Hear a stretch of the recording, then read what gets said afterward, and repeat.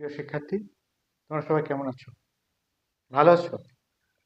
তোমাদের আমি আজকে ছোট্ট একটা দিক নির্দেশনামূলক গল্প শোনাবো। তোমার প্রস্তুত তো? শোনো।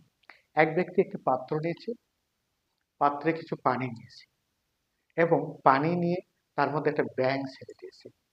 তারপরে সে পাত্রে জাল করা শুরু করছে, আগুন দিয়ে তাপ দেওয়া শুরু করছে।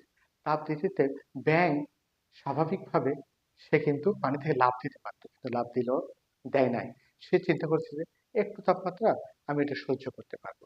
তারপর তাপমাত্রা দ্বিগুণ হতে থাকতে থাকতে ব্যাঙ লাফে আর একটু তাপমাত্রা আমি সহ্য করতে পারবো। এক সময় ব্যাঙ লাফ দেওয়ার চিন্তা করতে আগুনের তাপমাত্রা মানে পানির ফুটন্ত অবস্থা শুরু হয়ে গেছে, ব্যাঙ আর লাফ দিতে পারে নাই।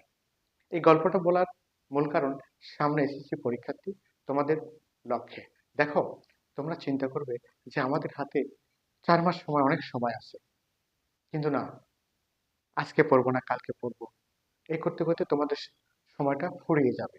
দীর্ঘ সময় কিন্তু ফুরিয়ে গিয়েছেও তাই।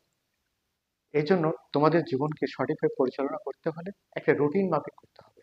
কয় ঘন্টা পড়বে, কয় ঘন্টা বিশ্রাম নেবে, কয় ঘন্টা তুমি খেলাধুলার মধ্যে থাকবে, এর একটা রুটিন করে নিতে পারবে। এই রুটিন যদি তুমি করে নিতে পারো, তাহলে তুমি তোমার ভবিষ্যতের দিকে এগিয়ে যেতে পারবে। তোমার ভবিষ্যৎ উজ্জ্বল হবে। তুমি তোমার সেই স্বপ্নের দিকে এগিয়ে যেতে পারবে। তাই আমি এসএসসি পরীক্ষার্থীদের দৃষ্টি আকর্ষণ করে বলছি, তোমরা ব্যাংকের মতো হয় না। ওই ব্যাংক কিন্তু সঠিক সময় সঠিক সিদ্ধান্ত নিতে পারেনি বলে সে কিন্তু মৃত্যুবরণ করেছে। পানির তীব্রতা, পানির গরম পানির জন্য কিন্তু সে মারা যায় নাই, সে সিদ্ধান্ত না নিতে পারার জন্য মারা গেছে। অনুভবে তোমরাও তাই।